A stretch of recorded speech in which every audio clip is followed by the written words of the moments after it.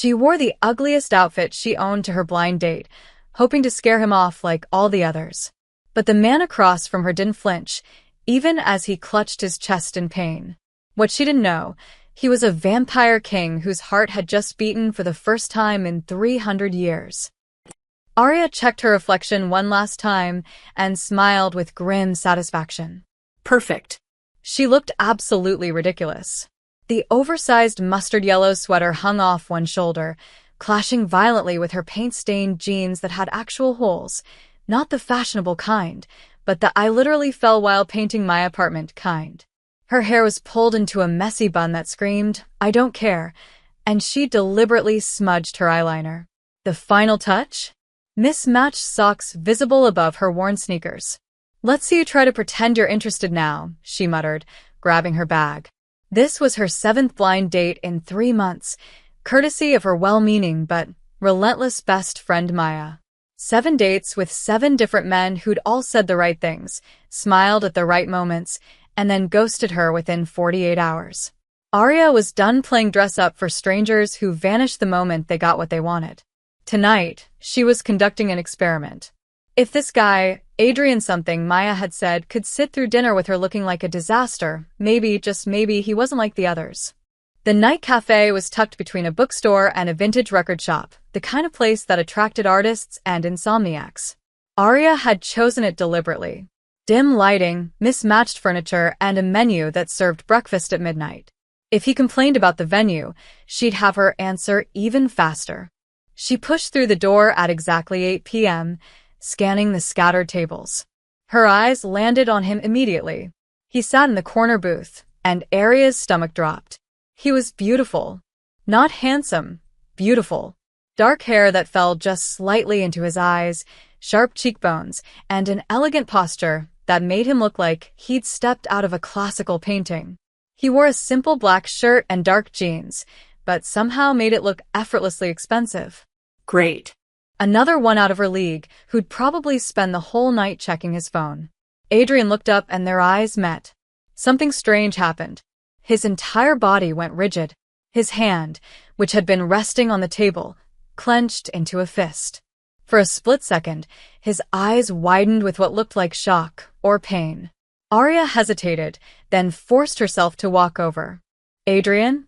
He stood abruptly, and she heard him suck in a sharp breath.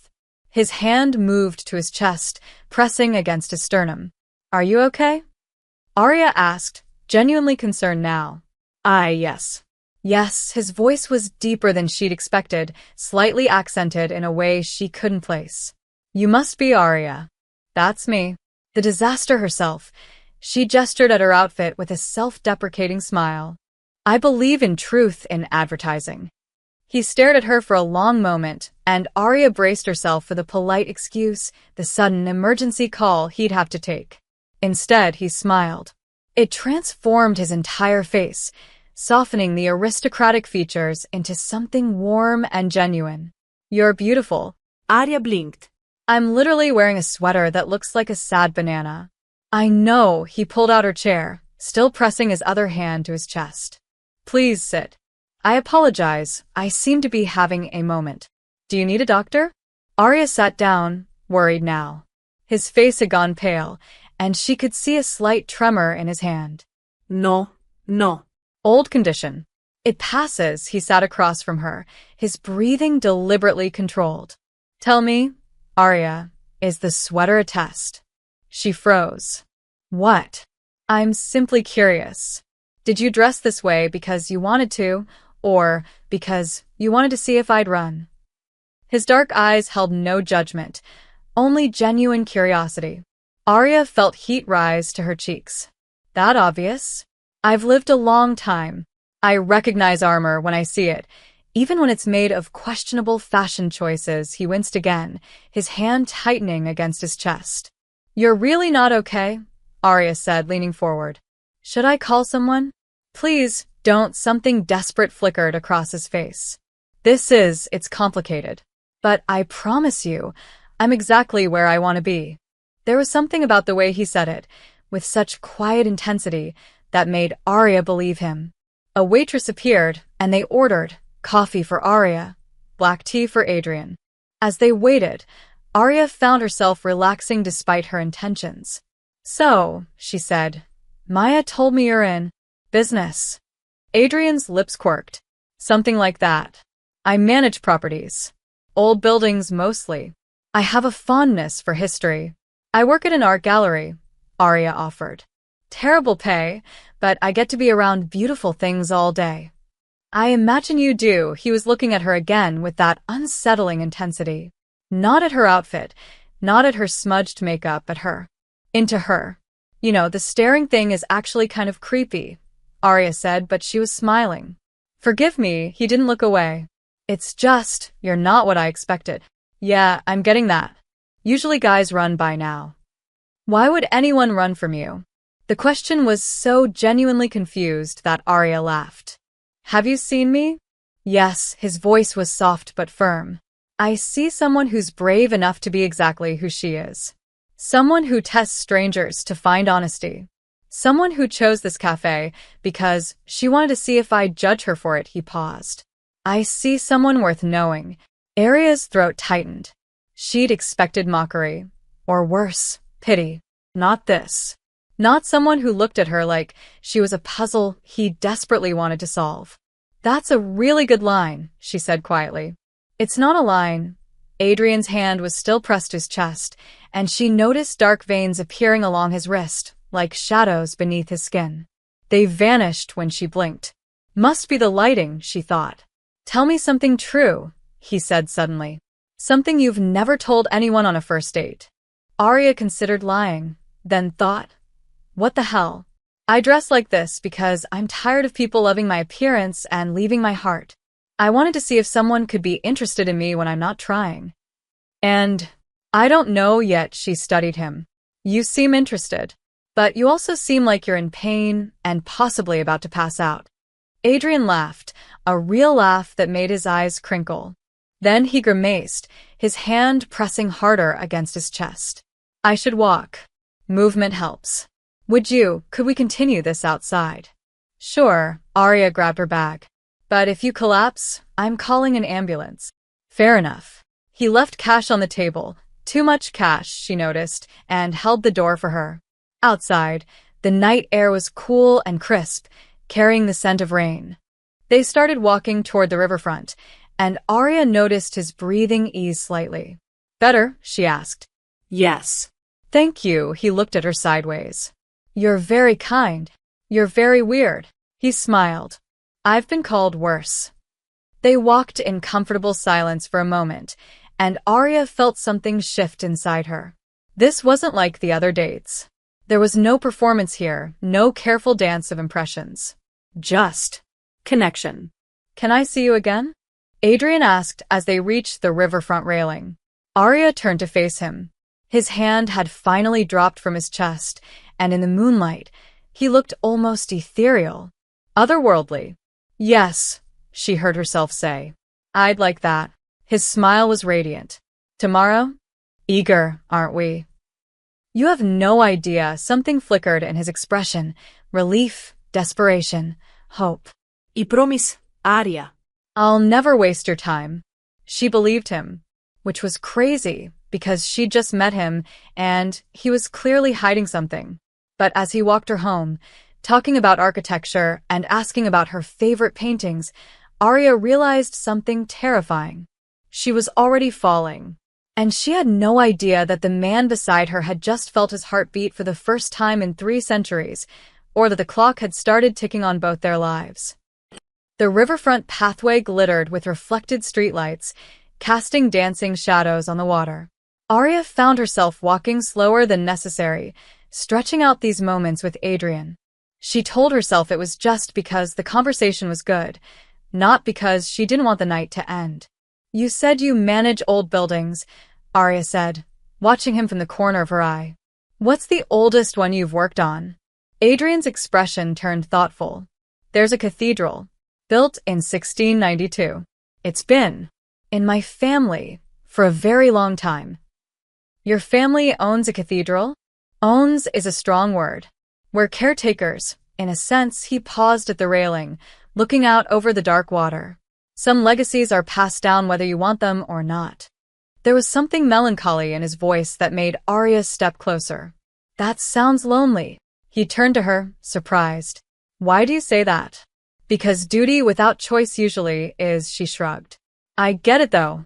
My parents wanted me to be a lawyer. Instead, I'm barely making rent while staring at paintings all day. Disappointing the family legacy, one artistic choice at a time. Adrian smiled, but there was pain behind it. I don't think you could disappoint anyone who truly knew you. You've known me for 2 hours. Some people reveal themselves quickly. His gaze held hers. You're genuine. Rare. In any era. Anjer? Arya laughed. What are you? A time traveler? Something flickered across his face, too quick to read. Something like that. They resumed walking, and Arya noticed he kept a careful distance between them, like he was afraid of getting too close. It should have felt cold, but instead it felt protective, like he was holding himself back for her sake. Can I ask you something personal? Arya said. Always. That thing with your chest earlier. What was it really? Adrian was quiet for a long moment. When he spoke, his voice was careful. My heart doesn't work the way it should. Tonight, it remembered how to beat properly. The adjustment was painful. That's the weirdest medical explanation I've ever heard. I'm a weird person. You said so yourself. Arya bumped his shoulder with hers. Weird's not bad. Weird's interesting. He looked at her like she'd said something profound. Arya, I need you to know. I don't have expectations. Whatever this is between us, it moves at your pace. No pressure. No games. Why do you sound like you're trying to convince yourself of something? Because I am. The honesty in his voice startled her. You make me want things I shouldn't want, but I won't take anything you're not ready to give. Arya's heart hammered in her chest. That's intense for a first date. I apologize. I tend toward intensity. Don't apologize. She stopped walking, forcing him to stop too. I like it. I like that you say what you mean. Everyone else plays it so cool, so casual, and then they just disappear. I won't disappear, Adrian said, and there was something almost desperate in the promise. Even if you wanted me to, I don't think I could. Now that's creepy again. He laughed, the sound warm and genuine. I'm out of practice with this. It's been a long time since I've met someone who made me want to try. They reached her apartment building, a modest brownstone with a broken intercom and graffiti on the mailboxes. Arya waited for his reaction, the subtle disappointment most guys showed when they realized she wasn't living somewhere Instagram-worthy. Adrian just smiled. The architecture is beautiful. 1920s. 1923, actually. How did you know? I noticed buildings. Occupational hazard. He stepped back, creating distance again. Thank you for tonight. For giving me a chance despite the questionable start. You mean when you almost had a heart attack looking at my ugly sweater? Exactly that. His eyes crinkled with amusement. Though for the record, I meant what I said. You're beautiful, Arya. Not despite anything, just because. Arya felt heat rise to her cheeks. Smooth. Honest. He pulled out his phone. May I have your number? I'd like to call you tomorrow. If that's not too soon. It's not too soon. She typed her number into his phone, and when their fingers brushed, she felt something electric pass between them. From his sharp intake of breath, he'd felt it too. Good night, Arya. Good night, Adrian. She watched him walk away, noticing how he moved, fluid and graceful, like a dancer. At the corner, he turned back and, even from a distance, she could see the intensity in his gaze. Then he was gone, disappearing into the shadows faster than seemed possible. Arya climbed the stairs to her apartment, her mind spinning. She'd gone into tonight expecting to scare someone off, to prove once again that real connection was impossible. Instead, she'd found someone who looked at her like she was the answer to a question he'd been asking for lifetimes. Her phone buzzed before she'd even unlocked her door. Unknown number. I already miss you. Sleep well. Arya smiled, something warm unfurling in her chest. She had no idea that Adrian was currently collapsing in an alley 3 blocks away, dark veins spreading across his skin like poisoned rivers, his advisors materializing from shadows to catch him before he hit the ground. She had no idea that their connection had activated an ancient curse. And she had no idea that she had exactly 22 days left to fall in love with him, or they'd both die. Adrian didn't remember the journey to the cathedral. One moment, he was watching Arias smile through her apartment window. The next, he was being dragged through stone corridors that hadn't seen sunlight in 3 centuries. His vision blurred.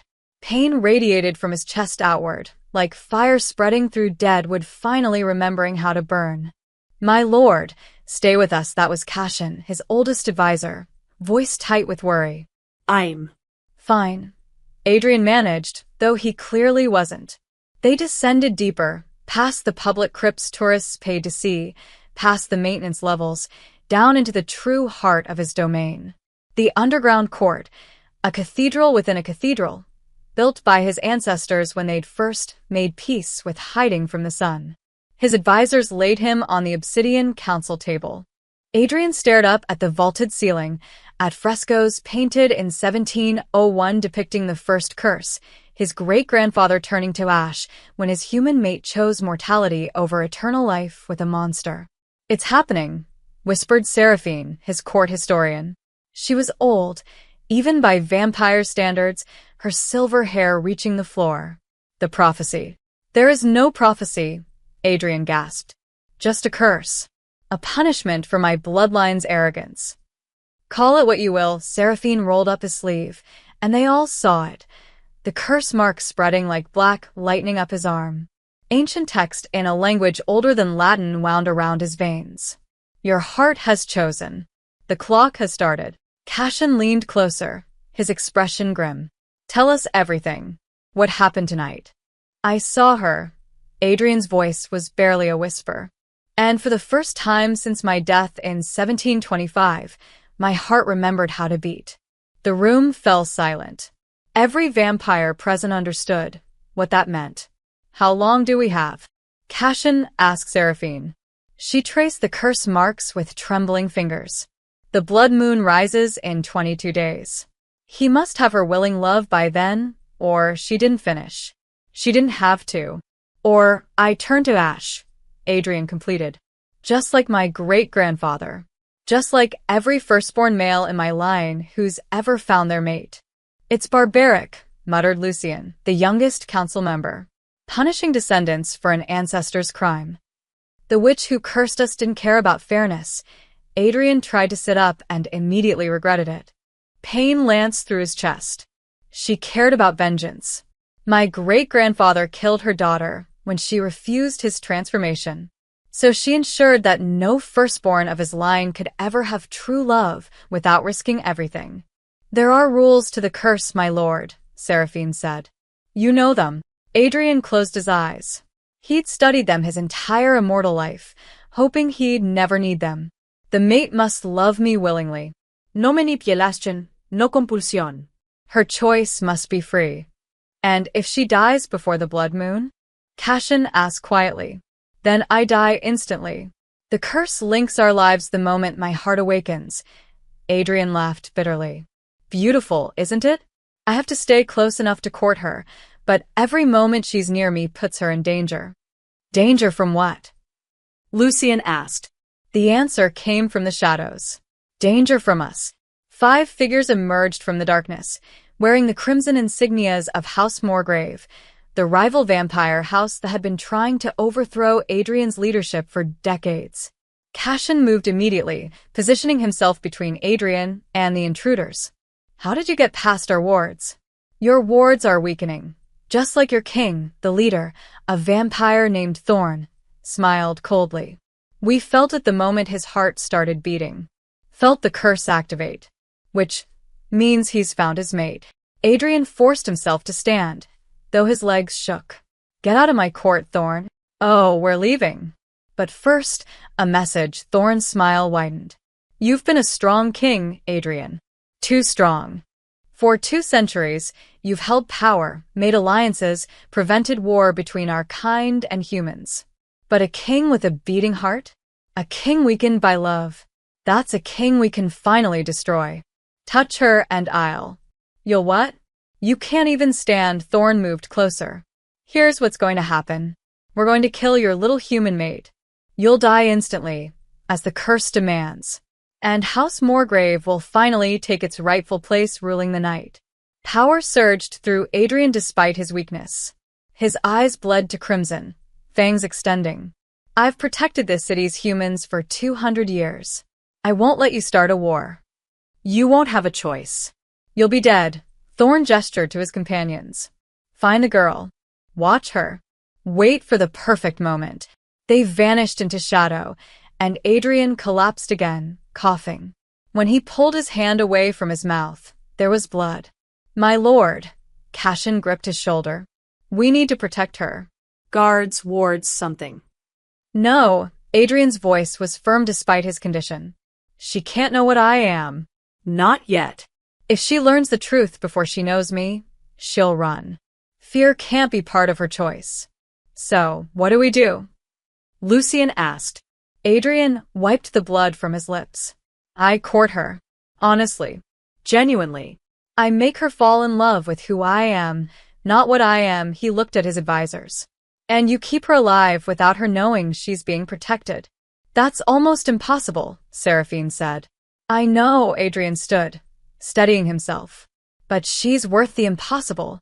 She looked at me tonight, really looked at me, and saw something worth knowing. Do you understand how rare that is? How precious? Cashin exchanged glances with the others. Finally, he nodded. We'll protect her, my lord. Whatever it takes. Thank you. Adrian started toward his private chambers, each step agony. I need to rest. Tomorrow, I see her again. Adrian, Seraphine called. The curse. There's one detail you haven't mentioned. He paused. If you fall in love with her before she loves you, the pain will intensify. Every day, every hour, her ancient eyes were sad. You're already in love with her, aren't you? Adrian touched his chest, feeling his heart's unfamiliar rhythm. Yes, he whispered. From the moment I saw her. The curse marks spread further up his neck, and Adrian welcomed the pain. 22 days to win her heart. 22 days before the blood moon. He'd endured 3 centuries of darkness. For Arya, he'd endure anything. Day 3. The Natural History Museum, after hours. Arya stared at Adrian like he'd grown a second head. You can't just break into a museum. I'm not breaking in. I have a key. He dangled an old brass key in the moonlight, grinning. The curator is an old friend. He lets me visit when the crowds are gone.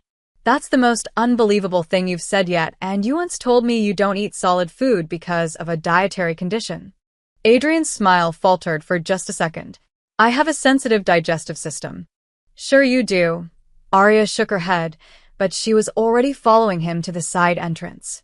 If we get arrested, I'm blaming you entirely. Fair enough. The museum at night was different. Shadows stretched across marble floors, display cases gleaming like treasure chests. Their footsteps echoed as Adrian led her through the Egyptian wing, past the dinosaur fossils, up a narrow staircase she'd never noticed during day visits. Where are we going? Roof access. Trust me. They emerged onto the flat roof, and Arya gasped. The city sprawled below them, lights twinkling like fallen stars. Adrian had set up blankets and pillows near the edge, a thermos waiting. Hot chocolate, he said, noticing her gaze. I can't drink it, but I remembered you mentioned loving it. Arya's throat tightened. You did this for me? I wanted to show you something without walls between you and the sky. He sat, patting the space beside him. You said your favorite painting is Van Gogh's Starry Night. I thought you might like the real thing. She joined him, accepting the warm mug. Above them, stars pierced the darkness, sharper than she'd ever seen in the city. It's beautiful, she whispered. Yes, but he was looking at her, not the sky. 3 nights. They'd seen each other 3 nights in a row, and each time, Arya felt herself falling deeper. He never pushed, never pressured. He just saw her, asked about her dreams, her fears, her terrible habit of eating cereal for dinner when she was too tired to cook. Adrian, she said carefully. Why me? What do you mean? You're sophisticated, cultured, clearly wealthy. Don't deny it. That old friend the curator thing proves it. You could date anyone. Why are you spending your nights with a gallery assistant who wore a sad banana sweater on your first date? He was quiet for a long moment. When he spoke, his voice was raw. Because you're real. You don't perform for me. You don't want anything from me except honesty, he paused. And because when I'm with you, I feel alive in a way I haven't in a very long time. How long? Longer than you'd believe. She wanted to push, but something in his expression stopped her. Instead, she rested her head on his shoulder, feeling him tense, then slowly relax. I have trust issues, she said quietly. In case you haven't noticed. Haven't noticed. They're valid. People always leave. They get bored, or they find someone prettier, or they just disappear. Adrian's arm came around her shoulders, gentle but firm. I'm not going anywhere, Arya. I promise you that. You can't promise that. No one can. Watch me. Day 5. City Library, midnight. This is definitely illegal, Arya whispered as Adrian unlocked the library's back entrance. It's only illegal if we get caught, he held the door open. After you, criminal accomplice. The library was vast and silent, shelf after shelf stretching into darkness. Adrian clicked on a small flashlight, leading her to the rare books section. I need to show you something. He pulled out a leather-bound volume, its pages yellowed with age. This is a first edition of Dracula. Bram Stoker signed it. Arya's eyes widened. That's worth a fortune. It is. But that's not why I wanted you to see it. He opened to a dog-eared page. Read this passage. She read aloud. I am longing to be with you, and by the sea, where we can talk together freely and build our castles in the air. That's how I feel, Adrian said softly. Every moment with you. Like we're building something impossible and beautiful. Arya looked up at him, seeing vulnerability in his eyes that hadn't been there before. Why do you always plan these elaborate dates at night? He tensed. I told you. I have a condition that makes sunlight. I know what you told me. I'm asking what's true. For a heartbeat, she thought he might actually tell her. His mouth opened, and something desperate flickered across his face. Then he smiled sadly. The truth is complicated, and I'm afraid if I tell you, you'll run. Try me. Not yet, he touched her cheek gently. Please, Arya. Let me have a few more nights of this. Of you looking at me like I'm just a man, not something else. There was real fear in his voice. Arya caught his hand, holding it against her face. Okay, she whispered.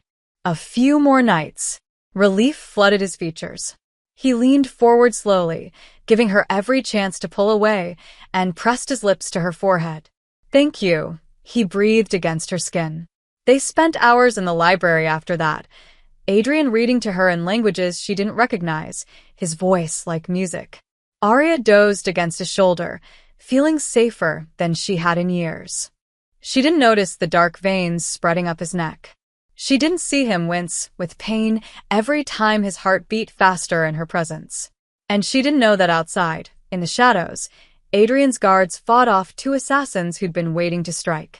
Day 5 of 22. The blood moon was coming closer, and Adrian was running out of time to find the courage to tell her the truth. Day 6. Underground Vampire Council Chambers. 3 attempts in 2 nights. Cashin slammed his fist on the obsidian table. They're getting bolder. Adrian stood at the head of the council, curse marks now visible on his neck despite his attempts to hide them. The pain had intensified. Every heartbeat felt like shattered glass in his chest. But he'd smile through it when he saw Arya tonight. She couldn't know. House Morgrave won't stop, Seraphine said, her silver hair seeming to glow in the candlelight. They've hired human mercenaries, too. Daytime attacks. Adrian's blood ran cold. What? They tracked her to the gallery this afternoon. One gunman, disguised as a visitor. Lucien's young face was grim. Our daywalker stopped him before he got close, but it was near. Too near. She didn't see anything? No. We staged a fire alarm, evacuated the building. She thinks it was faulty wiring. Adrian exhaled slowly. 17 days left until the blood moon, and the attacks were escalating. Double her protection detail. I don't care if it's obvious. Keep her alive. My lord, Cashin said carefully. Perhaps it's time to tell her. If she understood the danger. No, Adrian's voice was sharp. I won't terrify her into caring about me. It has to be real. Even if real gets her killed. The words hung in the air like poison. Before Adrian could respond, the chamber doors burst open. A young vampire stumbled in, clothes singed, blood dripping from a gash on his arm. Report, Cashin commanded. House Moorgrave has called a gathering, the messenger gasped. All the vampire houses. They're proposing a vote of no confidence in King Adrian's rule. Silence fell over the council. On what grounds? Adrian asked quietly. They claim you've been compromised, that a human has weakened you, made you unfit to lead. The messenger's eyes were sympathetic. They're showing the other houses footage of you collapsing, of the curse marks. They say you're dying, and when you do, the power vacuum will destroy the fragile peace you've built. When is this gathering? 3 nights from now. Day 9. The messenger hesitated. My lord, they have support. House Blackwood, House Crane, they're both considering siding with Moorgrave. Adrian felt the weight of 2 centuries of leadership crashing down on him. He'd maintained peace between vampire houses, negotiated treaties with human governments who knew of their existence, prevented countless wars. All of it unraveling because his heart had finally remembered how to beat. Let them vote, Adrian said. I'll attend. I'll face them. You can barely stand, Lucian protested. The curse weakens you more each day. Then I'll fall in front of them, if I must. But I won't hide. Adrian's eyes blazed red. And I won't sacrifice Arya to maintain power. If that makes me weak, so be it. Seraphine stepped forward, her ancient eyes sad. There's something else you should know. We've intercepted communications between House Moorgrave and a human trafficking ring. Adrian's blood turned to ice. Explain. If they can't kill her quickly, they plan to take her. Hold her hostage, force you to watch her die slowly. The curse will kill you the moment her heart stops, Seraphine's voice was gentle. They've already identified her patterns, her routines. They know she walks home alone from the gallery on Thursdays. That's tomorrow, Adrian whispered. Yes. The room spun. Adrian gripped the table, feeling curse marks spread further across the skin. The pain was becoming constant now, reminder that time was slipping away. We could take her into protective custody, Cashin suggested. Bring her here, tell her everything, and trap her in a world of monsters. Adrian shook his head. She'd be terrified. She'd agree to anything out of fear, and the curse would know. It requires willing love, not coerced survival instinct. So, what do we do? Lucian demanded. Let them take her. Adrian straightened despite the agony radiating through his body. No. We changed the game. He looked at each council member in turn. Tomorrow night, I tell her the truth. All of it. Who I am, what I am, the curse, the danger. I give her the choice to walk away. If she runs, you die, Seraphine said. The curse is too advanced. You need her love within 17 days, or the blood moon will end you. I know, Adrian's voice was steady, but I won't win her love through lies and manipulation. If she chooses me, it will be with full knowledge of what that choice means. And if she doesn't choose you? Cashin asked quietly. Adrian smiled sadly. Then I'll have had 6 perfect nights with someone who saw me as more than a monster. That's more than most of my bloodline ever got. He turned to leave, but Seraphine's voice stopped him. Adrian. Your great-grandfather faced this same choice. He tried to force his mate to love him, used compulsion and fear. That's why the curse exists, as punishment for stealing choice. I know the history. Then you know you're choosing the harder path. The honest path, she smiled slightly. Your ancestor would call you a fool. Good. Adrian touched his chest, feeling his treacherous heart beat faster. I'd rather die a fool who loved truly than live forever as a monster who stole love. He climbed the stairs toward the surface, toward the night, toward Arya. Tomorrow, everything would change. Behind him, his council began planning for war, because whether Arya chose him or not, House Morgrave would strike. And when they did, blood would paint the streets. Day 6 of 22. 16 days until the blood moon. 16 days until the truth would either save them or destroy them both. Day 7. City Park Festival. Arya had never seen the night market so alive. String lights crisscrossed between trees, vendors hawked handmade jewelry and street food, and a local band played jazz on a makeshift stage. The air smelled of caramel apples and autumn leaves. "You're quiet tonight," she said, glancing at Adrian. He'd been tense since picking her up, his jaw tight, his eyes scanning the crowd like he expected something terrible to happen. The curse marks on his neck were darker now. She'd noticed them spreading over the past few days, though he always brushed off her concern. "Just thinking," he said, his hand finding hers. His skin was cold. It was always cold. "Arya, there's something I need to tell you." Her stomach dropped. Here it comes, she thought. The speech. It's not you. It's me, the inevitable ending. "Okay," she said, trying to keep her voice steady. "Not here. Somewhere private. After." He froze mid-sentence, his entire body going rigid. "Adrian?" His eyes had shifted, tracking something in the crowd. "We need to leave." Now. "What?" Why? Please, his grip on her hand tightened. "Trust me." But it was too late. Arya saw them. 3 men moving through the crowd with predatory focus, their eyes locked on her. Not looking around, not browsing. Hunting. Adrian, those men. Everything happened at once. The first attacker lunged, pulling a knife that gleamed silver in the string lights. Adrian moved faster than should be possible. One moment he was beside her, the next he was between her and the blade, catching the man's wrist and twisting. The crack of breaking bone echoed. The second attacker came from behind. Adrian spun with inhuman speed, his eyes flashing crimson, actually glowing red like coals. Arya stumbled backward, her mind refusing to process what she was seeing. Adrian caught the second man by the throat, lifting him off the ground one-handed. The attacker's feet kicked uselessly in the air. "Run," Adrian said to Arya, his voice deeper, rougher. "Not human. Run now." But she couldn't move, couldn't breathe. The third attacker pulled out a gun, aiming not at Adrian but at her. Time seemed to slow.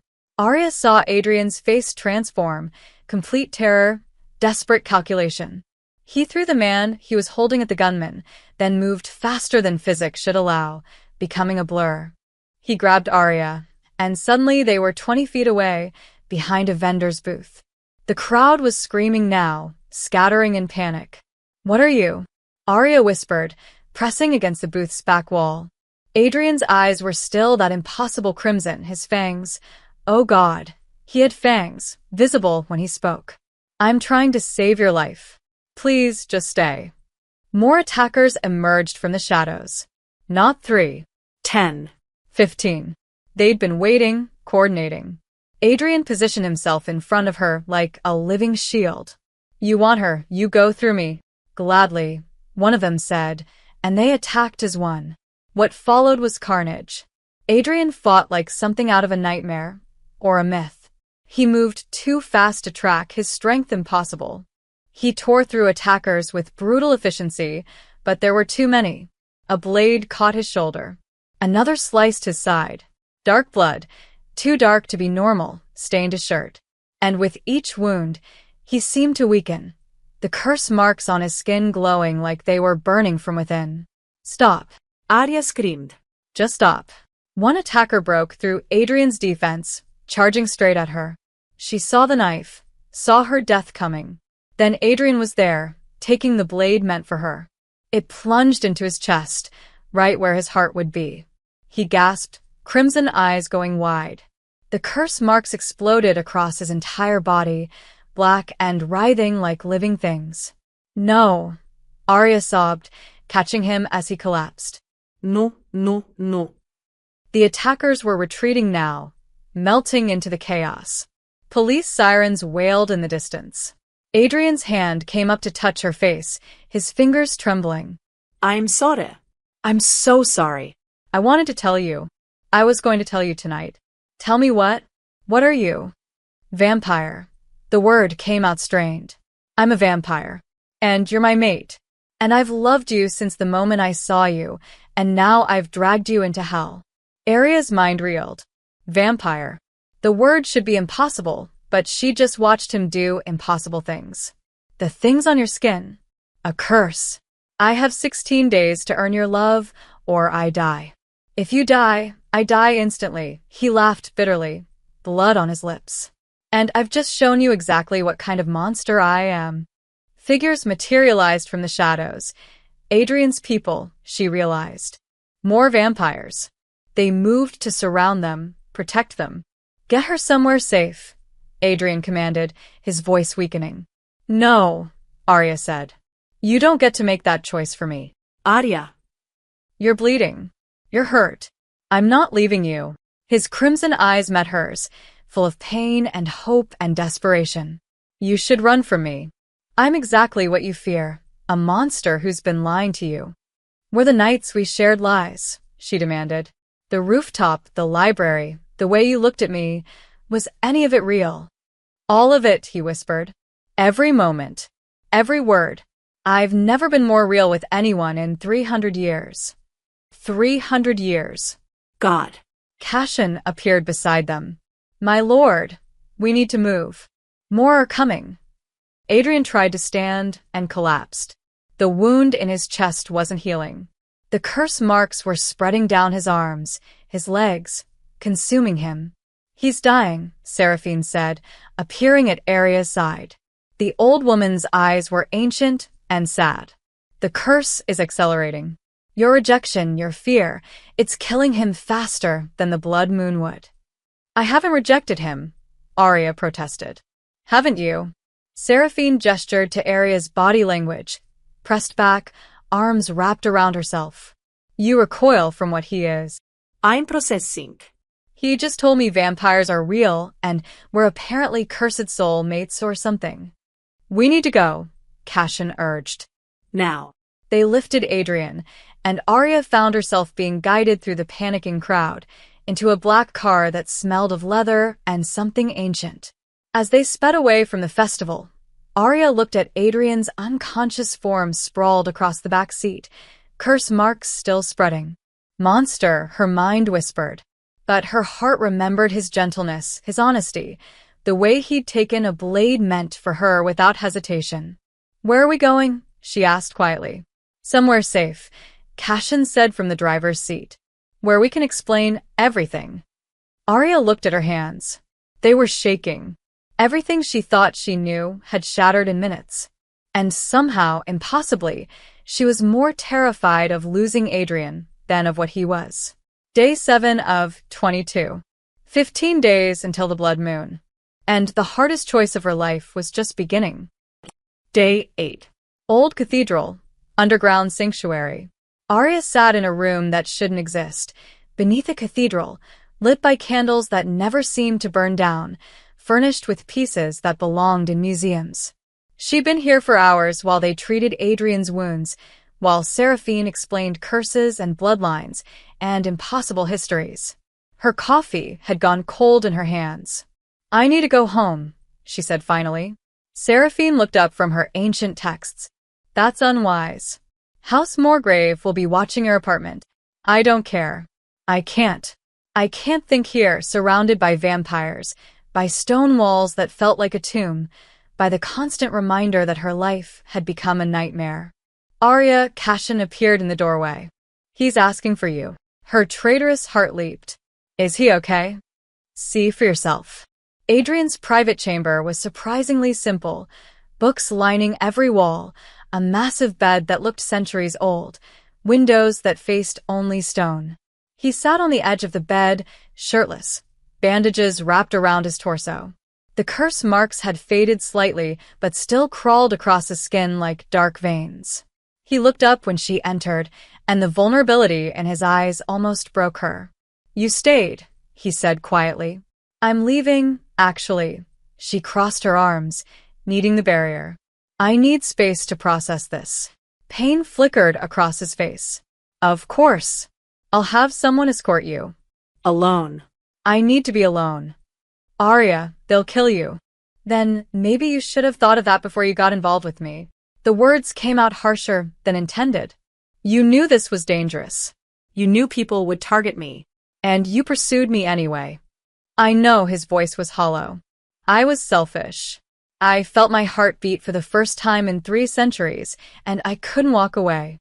I'm sorry. "Stop apologizing." She was shaking now, emotions she'd been suppressing for hours finally breaking through. "Stop being so understanding and noble. It makes this harder." "Makes what harder?" "Hating you. Being angry at you. You're a vampire, Adrian. You drink blood. You've lived for 300 years. You've probably killed people." "I have," he said quietly.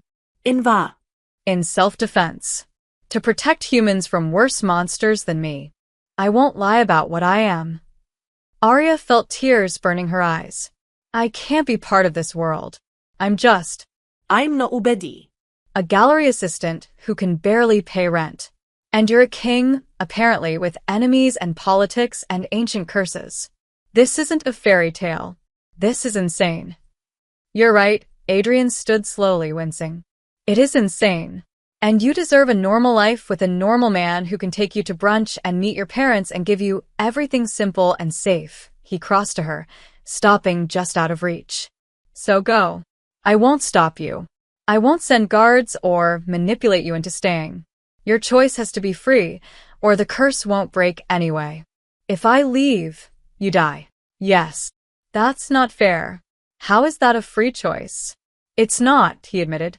"Nothing about this is fair. But I'd rather die than trap you in a life you don't want."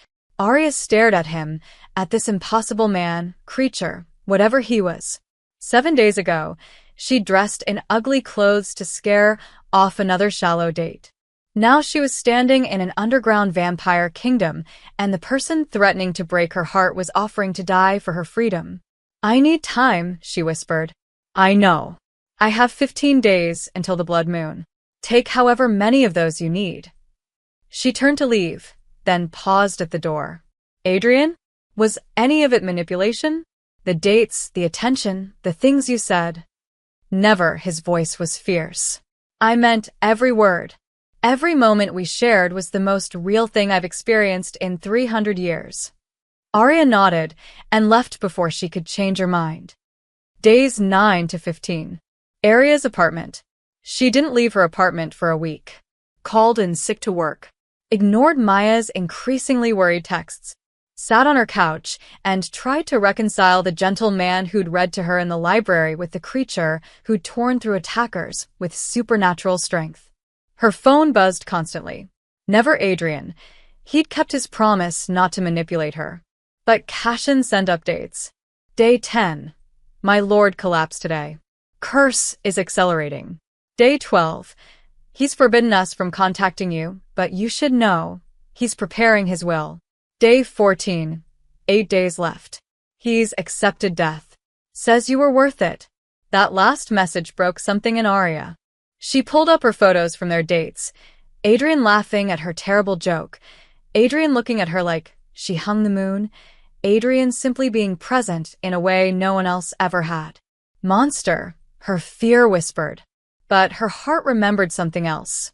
Remembered how he'd never once commented on her appearance, how he'd focused on her mind and spirit, how he'd taken a blade for her without hesitation, how he'd offered her freedom even knowing it would kill him. Day 16. Arya's phone rang. Unknown number. Hello. Arya? It's Seraphine. You need to come. Now. What's wrong? House Moorgrave has made their move. They've declared war. They're attacking the cathedral tonight, and Adrian is too weak to fight. They'll kill him, then come for you, the old vampire's voice cracked. Please. Even if you don't love him, he doesn't deserve to die like this. Arya was already grabbing her jacket. Send me the address. She ran through the streets, her heart pounding. Not from fear of vampires or curses or blood moons. From the terrible realization that she'd wasted 7 days. 7 days she could have spent with him. Because somewhere between the ugly sweater and the rooftop stars, between his honesty and his sacrifice, she'd fallen completely in love with Adrian. Monster and all. And if they were going to die, they'd die together. Day 16 of 22. 6 days until the blood moon. And Arya was done running. Day 22. Cliffside Ritual Grounds. The cathedral was chaos when Arya arrived. Vampires fighting in shadows, blood on ancient stones, fire spreading through tapestries. Cashin grabbed her arm, pulling her through a hidden passage. He's not here, he shouted over the sounds of battle. He went to the ritual grounds. His voice broke. He's giving up. Where? I'll take you. But Arya, you need to understand. The blood moon rises in an hour. Even if you declare your love now, it might be too late. The curse has consumed him. Then we don't have time for speeches. Move. They emerged from the cathedral into the night, running through streets that blurred past. Cashin was fast, inhumanly fast, half carrying her as they raced toward the cliffs outside the city. The ritual grounds were ancient, stone circles carved with symbols that predated language, positioned at the cliff's edge where the moon would rise directly overhead. And there in the center was Adrian. He was barely recognizable. The curse marks covered every inch of visible skin, pulsing like black fire. His body was translucent at the edges, literally turning to ash already. He knelt in the center of the circle, head bowed, accepting his fate. Adrian!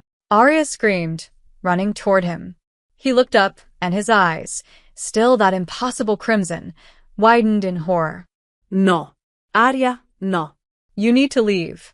When I die, House Morgrave will come for you. Cashin, get her out of here. Not happening.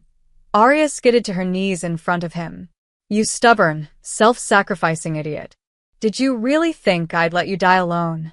You shouldn't be here. You don't. He coughed, and ash fell from his lips. You don't owe me anything.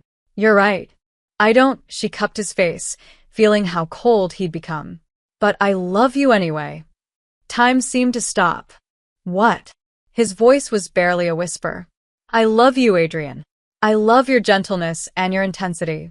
I love that you saw me when I dressed like a disaster. I love that you never lied about who you were. You were always exactly yourself. Even when you couldn't tell me what you were, tears streamed down her face. I love that you'd rather die than trap me. And I choose you. Freely. Completely. Monster and man and everything in between. Arya, you don't understand. I understand that 7 days ago, I ran because I was scared. And I wasted 7 days we could have had together. I'm not wasting another second. The blood moon began to rise, its crimson light washing over the ritual grounds. Adrian's body convulsed, more ash falling away. It's too late. The curse hasn't won yet. Arya pulled him closer. The curse requires willing love, right? Well, I'm willing. I've been willing since you looked at me in that cafe and saw something worth knowing. I was just too afraid to admit it. You deserve better than a monster. You deserve better than thinking you're one. She pressed her forehead to his. You're the man who read to me in a library, who showed me stars from a rooftop, who took a blade meant for me without hesitation. That's not a monster. That's the person I love. The blood moon reached its peak, directly overhead. Adrian's scream of agony echoed across the cliffs as the curse made its final push, trying to claim him. I can't lose you, Arya sobbed. Please. Please stay with me. I love you, Adrian gasped. I've loved you from the moment I saw you. I'd do it all again. Every moment. Every. Arya kissed him. The world exploded with light. The curse marks ignited, not with black fire, but pure white light that blazed from Adrian's skin like a star. The ash that had been consuming him reversed, solid flesh returning. His heart, which had been stuttering, suddenly beat strong and steady. The curse shattered. Arya felt it, felt the ancient magic break apart like glass, felt 3 centuries of punishment finally end. Adrian gasped against her lips, his arms coming around her, solid and real and alive. When they broke apart, his eyes had returned to their natural dark color. The curse marks were gone, and for the first time in 300 years, color had returned to his skin. He looked almost human. "You're warm," Arya whispered, touching his cheek. "My heart's beating. Actually beating." "Because of you," he laughed, the sound full of wonder and joy. "You broke it. You broke the curse." "We broke it," she corrected. Behind them, Cashin whooped in triumph. Other figures emerged from the shadows, Adrian's guards, his council, all witnessing the impossible. "My lord," Seraphine said, her ancient eyes gleaming with tears. "The curse is ended. Your bloodline is free." But Adrian only had eyes for Arya. "Are you sure? About this, about me, about—" "I'm sure," she kissed him again, softer this time. "Though we're going to have a long conversation about you not telling me important things." "Fair enough," he stood, pulling her up with him, stronger than he'd been in weeks. "I should warn you, as my mate, you're technically vampire royalty now. The other houses will want to meet you. There will be politics and we'll figure it out together." Arya intertwined her fingers with his. "But maybe let's start with you meeting my best friend, Maya? She's been texting nonstop, and I think I was busy saving my vampire boyfriend from an ancient curse is going to be a hard sell." Adrian laughed, a real, unguarded laugh that made him look centuries younger. "One step at a time. Though I should mention, House Morgrave is still out there." As if summoned by his words, Thorn appeared at the ritual ground's edge, a dozen vampires behind him. "So, "The curse is broken." Adrian moved Arya behind him instinctively, but she stepped back to his side. They faced the threat together. "It is," Adrian said calmly. Thorn studied them. Adrian, restored and powerful, and Arya, small but unflinching. Finally, he smiled coldly. "Then we have a problem. A human queen? The other houses will never accept." "Then they'll answer to me," Adrian said, his voice carrying the weight of 2 centuries of authority. "I've maintained peace for longer than you've existed, Thorn. I've protected both vampires and humans from each other. And I'll continue to do so, with Arya at my side. You'd start a war over one human? I'd end a war for her." Adrian's eyes flashed crimson for just a moment, a reminder of what he could be when threatened. "The choice is yours." Thorn looked at his companions, at the way Adrian's guards had positioned themselves, at the sheer determination in Adrian's stance. Finally, he bowed, shallow and mocking, but a bow nonetheless.